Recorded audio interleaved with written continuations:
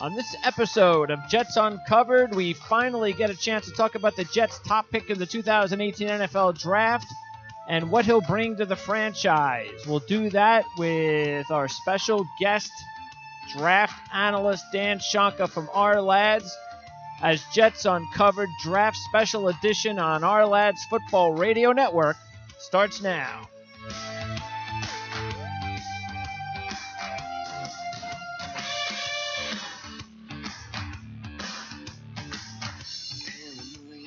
All right, it's Thursday night, April 26, 2018. I'm Greg DePalma. Welcome to another edition of Jets Uncovered on the Ourlads Football Radio Network at ourlads.com. Sam Darnold, the newest Jet. Welcome in Jan Levine, my co-host. And Jan, I know we've got a special guest we're going to get to in just a quick second. So how's everything going? You're okay with the pick? Not the guy we all thought was going to be there. Interesting that the suck for Sam chant started before last year, and given the way things kind of panned down with the Jets originally sitting at 6, we kind of had a sense that he wasn't going to be there, and then even sitting at 3, there were strong questions as to whether or not Darnold would slip because he seemed to have been the consensus number 1 for a while. But GM John Dorsey from the Browns, there have been whispers coming out that they were looking at Allen, and we kind of dismissed them, and then the whispers that came out and got stronger that they were looking at Baker Mayfield, and we kind of dismissed that. And sure enough, Baker Mayfield did go number 1. And I know, Greg, you and I had both been very high on Mayfield, stretching all the way back when we first started doing the podcast. So to me, that's still the guy I would have loved to have gotten number 1 over number 3. I think I think he was the guy who I thought would be the future franchise quarterback. That said, I would have been happy with either Rosen or Darnold. I like Darnold, cleaning the pocket. Turnovers an issue, both in terms of picks at times and his fumbling. Other issue is in terms of his elongated throwing motion. But in terms of a prospect and as a quarterback, they seem to view him as the cleanest guy and one with a tremendous amount of upside. And interesting, though, that when asked, Mike Maccagnan did not answer the question if Darnold was the number 1 guy on his board. He just said that they were happy to get him in number 3. So that, to a certain extent, he's not going to reveal his hand there. But I think all of us had kind of felt that Mayfield was the guy that they were targeting. That said, happy getting Darnold. I think he's got a tremendous amount of upside, got, things that they need to work on and aspects of the game that he needs to improve. Footwork is good, can go both right and left, though much better throwing to the right, has a strong enough arm. I think he'll be fine in terms of as a leader. The one thing is he's very young. He's not had a tremendous number of starts in college. So just like they should have done with Mark Sanchez and given him some time to get ready for the pro game, the Jets have to be very cognizant and let Josh McCown kind of lead them for a little bit and let McCown be that, unofficial quarterback coach mentoring him to get Darnold ready to breathe and be hopefully what we think is the future franchise quarterback of this team. All right. Well, we want to bring in Dan Shonka. Dan, thanks for taking your time out on a busy night to talk to us. And I know we've talked a lot about Baker Mayfield for the longest time, but we'll leave that for another show. We'll do that show tomorrow at 3 o'clock when we wrap up the first day. But this is about the Jets and Sam Darnold. So we know he's a completely different quarterback in year 2 to year 1. So let's talk about the positives, because I know that there's a lot of issues regarding Sam Darnold and why you like Baker Mayfield and maybe even Josh Rosen over Darnold. But talk about the positives. Well, he's got some size and everything, and I think that he's a good developmental quarterback. He's got a lot of fundamental work to do. I think that Rosen was going to be their pick, but I heard scuttlebutt about some of the teams have found some physical deal on him. Now, I don't know how serious it is. I don't know what it is, but I think that that's why the Jets went ahead and went with Darnold, because they didn't even have him in until a week ago or so for a visit. Yeah. And they had to cover up when they heard Mayfield might be the guy, so they brought him in. So I think that, he's a guy that's going to have to do a lot of work. I mean, he's got good size. He's got okay arm strength and everything. We don't know compared to the other guys because he didn't throw at the combine like everybody else did. So, but anyway, I think that he's a guy that we'll see what, if he's going to be the difference maker for the Jets. And, sooner than later. But this is definitely a guy that has to, you would think that chances are, especially with McCown, and if Bridgewater stays with the team week 1, that we probably don't even see to Sam Darnold all year, right? Right. And probably shouldn't. I mean, he needs a lot of work, but, he's got sometimes a young guy and all that. But, hey, McGlinchey just got taken to San Francisco. We had him in the guide going there. How about that? So there was another good one. But, and of course, you had Mayfield as the top pick, the top quarterback all along, and he winds up going as the top quarterback. So that has to make you feel good because it didn't look like that was going to be the case. Well, the thing is, you know what? That's to the pundits out there. But oh, sure. My colleagues that I've been with in the league, they always come up with the right pick. So, that's why I guess you don't listen to these guys, 80% of them that don't know what they're talking about. So, but anyway, I tell you what, I think that, okay, Raiders trade the Cardinals. Okay. Well, I tell you what, got to run, guys, but, hey, congratulations to Jets and McCagnon, and hope that Darnold works out. Like I said, he's a good guy and all that stuff. So now if he puts his nose to the grindstone, who knows? Maybe it'll be another Tom Brady. Appreciate it. Thanks, Dan. All right, that's Dan Shonka, and he'll be back with us tomorrow. And he'll be with us on the Ourlads Guide to the 2018 NFL Draft Show. That's going to be at 3 o'clock tomorrow. So we'll get an opportunity to wrap up all the picks and everything else that happened and is going on right now in the first round of the NFL Draft. So a lot going on in Dallas. But Sam Darnold is a New York Jet, and we will find out whether or not he's the right guy for the job. Just because Baker Mayfield didn't land with the Jets, and that was the guy we wanted. Fact is, that doesn't mean that these guys who are also on the table, whether it's Josh Rosen, Sam Darnold, and the rest, won't be good quarterbacks. A lot of it has to do with the coaching, the situation, and I think that's one of the things that is also real important that you have to consider, and that is the fact that the Jets have done a really good job that we talked about last year before the season started of bringing in better coaches. And Jeremy Bates is somebody that is very well thought of in that building at Florham Park, and with Bates there, who coached at USC before, and his and the West Coast offense. That should suit Sam Darnold just fine. I also think, Jan, that one of the things that Sam Darnold brings to the table that maybe that we know what Josh Rosen can't, and that is some athleticism. He's also a pretty big guy. You don't look at him as a guy that you feel like. See, with Rosen and Mayfield, you in the NFL, the quarterback's getting hurt all the time. You can see those guys being prone to injury.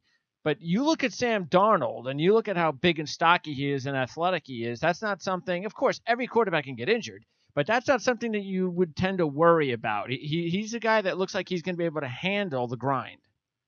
Yeah, I mean, physically, he definitely seems to have all the tools. I mean, he's not the speediest guy, but has enough speed, big enough to stand in the pocket and take the hits and be able to get out of the pocket as a little bit of a mobile quarterback.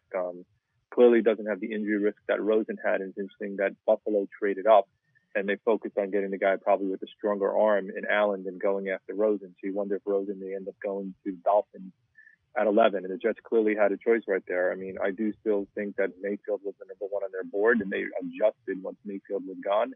And the question became then, okay, do we take Darnold or do we take Rosen? And they clearly identified that Darnold was a little bit of a cleaner quarterback, has areas to work on, but in terms of the overall package, presented a bit more upside than when you might get in Rosen, at least in their mind. And I obviously they felt the same way again with him over Allen, because they could have had Allen as well. And, Buffalo just traded up a little bit beforehand to go get Allen. So the Jets clearly had their pecking order in terms of quarterbacks. And from what it looks like, it clearly was, to me, it was Mayfield 1, maybe 2, but probably 1. And then Darnold was probably number 2 on their board, given that they passed up the other quarterbacks. I don't know if we know that. Again, I don't. That's. Why wouldn't you take Rosen or Allen then if they were number 2 on your board? No, I don't know if I if I would believe that Mayfield would have been the Jets' top choice. Okay. I don't know that. I mean, it's possible, but it might have been Darnold. Oh, sure, Darnold would be our guy, and all along we're not even going to have him come visit us because the Browns are going to take him, or they're going to get Barkley, and then all of a sudden they start hearing, well, maybe that's not going to happen. Let's bring Darnold in. Let's talk to him. Let's cover all our bases. Sure, we'd love to have this guy, but we didn't even think he was going to be a part of the equation. So let's go get that next best guy, and that's Mayfield. That could have been it. We don't know. But again, it doesn't matter. Fact is, these things happen. I mean, it happens in free agency. It happens all the time, as we know. It happens with hiring coaches. I mean, sometimes you even if Mayfield was the top choice, that doesn't mean that Darnold won't fit better and be better. And that's the thing that we just got to hope as Jet fans. I think at least the good news is that Maccagnan, you got to give him credit for moving up. You got to give him credit for trading those picks. Speaking of moving up as we speak, Josh Rosen is off the board to the Cardinals. They gave up the 15, the 79, and the 152 to Miami to jump over Miami and select Josh Rosen with the 10th pick. So as opposed to having 3 new quarterbacks in the AFC East, now you just only have 2 of them. Okay. Well, look, I mean, I think the Cardinals are psychotic for making that move because the Cardinals have about 100 different needs, and for them to trade a whole bunch of picks to go after a quarterback when they've got absolutely no offensive line and no talent besides, Fitzgerald, who'll be gone next year, and David Johnson coming off a major injury, I wouldn't do that. I mean, but that's not where the Jets are. And that's why, you feel good about the direction of the franchise because they haven't, again, we were very happy with free agency. We were very happy with the direction of the team last year, not the wins and losses. That doesn't matter, but we're just happy about the way that they competed. And the next step now is going to be what happens with McCown, what happens with Bridgewater. There's no way that Sam Darnold is going to start on opening day. That would be a big shock. I would love nothing better for that to happen, but that would mean Sam Darnold would have to even, raise the expectations that I don't think even anybody with the New York Jets believes can happen. But then also we got to wonder about Teddy Bridgewater's health. And then what happens if Josh McCown starts week 1 and goes down with an injury, which he's been prone to do, and all of a sudden you have to push Sam Darnold into the starting lineup. So those are all the things that we have to worry about later on. But it feels real good, doesn't it, to have a veteran quarterback like McCown that is going to be a great teacher for Darnold, and then have a guy like Teddy Bridgewater who's the wild card. Anything can happen there. Absolutely. I mean, the Jets now seem to have the quarterback of their future. Whichever one they identified as 1 or 2, they got clearly the guy who they believed is the guy who's going to be the future. I would not rush him. I think we're going to get a better sense of Bridgewater in training camp to see just how healthy that knee is and whether or not he makes the roster. If Bridgewater makes the roster, and also, McCown's going to make the roster at a minimum, let's probably start game 1 in probably the early part of the season, and then secondly, a mentor to what Sam Darnold hopefully will become. The questions become clearly whether or not Petty or Hackenberg are on the roster moving forward. I mean, maybe one, clearly not both, unless for some reason Bridgewater is unable to cut it, and then maybe Hackenberg gets his 3rd redshirt year. All right, next up, no picks tomorrow. So unless they trade up, which there's no way I could see that happening because of the second-round picks that they've given up. So if anything, we might be waiting until Saturday when they make their pick, and then they all of a sudden decide to trade down 10 more spots to pick up more picks because there's a lot of depth once you get into the 3rd and the 4th rounds. That is usually the case, and it is the case this year. So I'm pretty sure that would be the case, but. Next up, I don't know. I mean, there are some other possibilities. I think the running back position is something to keep an eye on for sure. There's a lot of good running backs as usual that are going to be available when the Jets pick in the 3rd round. I mentioned, and I posted this, and by the way, it's actually even posted up on the Ourlads depth chart page for the New York Jets. What I did was I put together each of the Jets picks and the players, about 5 or 6 or 7 players per pick that I felt could go within a round of those picks and I felt the Jets could target. And one of those players was the running back from Arizona State, the kid Ballage, because that's the type of running back that I think the Jets would like to bring in. You can bring in a Balaj, you can bring in a Justin Jackson. There are some pretty decent running backs that if they wanted to go that route, I wouldn't be surprised if the Jets then traded Bilal Powell. We've heard about Bilal Powell possibly being trade bait. For whatever reason, the Jets are not. They don't really believe Bilal Powell can be the guy that is going to be around for the next several years. So I think at some point, the third or fourth round, the Jets are going to add another running back. Most likely, I could see that happening.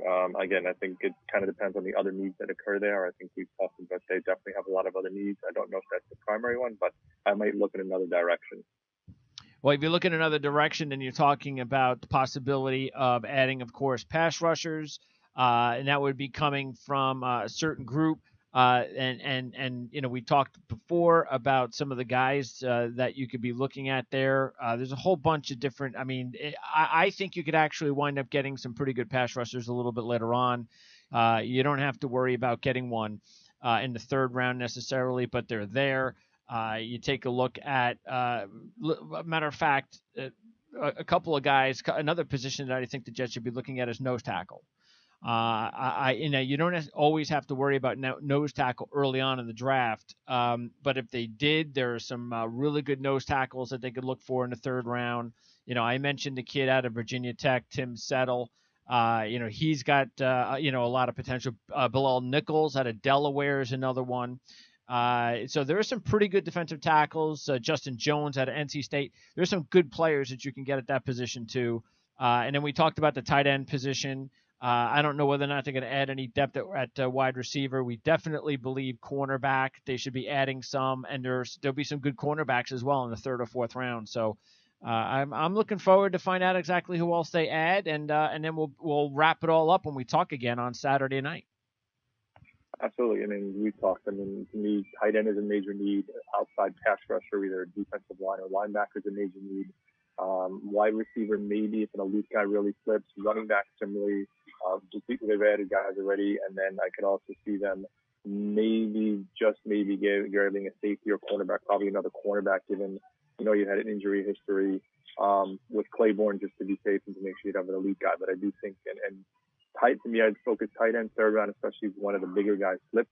Not an elite guy first or second round, but one of the second round slips, and then afterwards go look at the defensive line. All right, Jan. So we'll talk again on Saturday night, and probably somewhere like around 9 o'clock Saturday night. That should be right around the time that the entire draft will be over. But pretty much right around that time, we'll be on the air. If we can get a more specific time, we'll tweet it out on our Twitter handle at PrimeSN and let you know. But we'll come on live. We'll do the show, and we'll make it available on demand like this show right after that.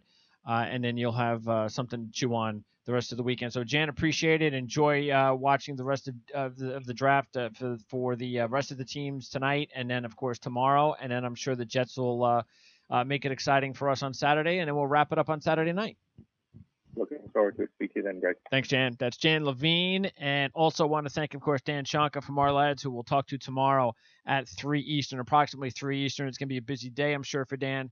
So anytime something comes up, sometimes he gets interviews and things of that nature that come up in the last minute. If that happens and we have to change the time, we change the time. But just, hey, bottom line is just wait for the show on demand. That's the best thing. So you don't have to worry about any of the live shows. But like I said, if you go to the depth chart page at our lads, you check it out. I put down a list starting at pick number 72 of the different positions and players, specific players that I believe that, I mean, as far as players that I've seen personally, and I've seen the scouting reports from Dan Shonka at the Draft Guide that I felt would work best with the Jets. And that includes, again, offensive linemen, running backs, nose tackles, tight ends, wide receivers, offensive tackles, cornerbacks, pass rushers. I mean, I've got them all up there for every single pick. And again, it's pick 72 it starts with, then pick 107 in the fourth, 157 in the fifth, 179 in the sixth, and then 235 in the seventh. But once again, don't be surprised if the Jets wind up trading down maybe as early as that pick in the third round. So don't get too excited after the long wait when pick 72 comes up. Or you know what? It's great is when you're like jonesing for the pick and you've waited real long. and you're looking at the crawler, and you see where the Jets are, and they're like 2 teams to go, and then all of a sudden, crawler comes back, and all of a sudden, there's a different team there at 72. And you're like, what happened? Where the Jets? Oh, the Jets traded to pick. And then you're looking, where's the Jets' name? And you're scrolling, and it's scrolling, and it's scrolling. Where the heck did they go? And then you see 85. And you're like, oh, you got to be kidding me. I got to wait for 85? I got to wait 13 more picks again? But anyway, that could happen. Hey, it is what it is. But when it's all said and done, we'll talk about all the picks. We'll go over the scouting reports. And shame on you if you don't have the Our-Lads draft guide to take a look at the scouting reports yourself. But we'll go over the scouting reports. By the way, we will have Dan Shonka on in the next couple of weeks. We'll have so even though we're going to do the Saturday night show, just Jan and I'm going to make sure we get Dan Shonka on in the next couple of weeks. We'll wrap up all the Jets picks. We'll get his personal take on all of them. So I'll do that with Dan in the next couple of weeks. And but anyway, we'll see you on Saturday night. Enjoy the entire draft, Jet fans. And Sam Darnold is now, hopefully, the franchise quarterback we've been waiting for. Best of luck to him and to us. We'll see you next time on Jets Uncovered on the Our-Lads Football Radio Network.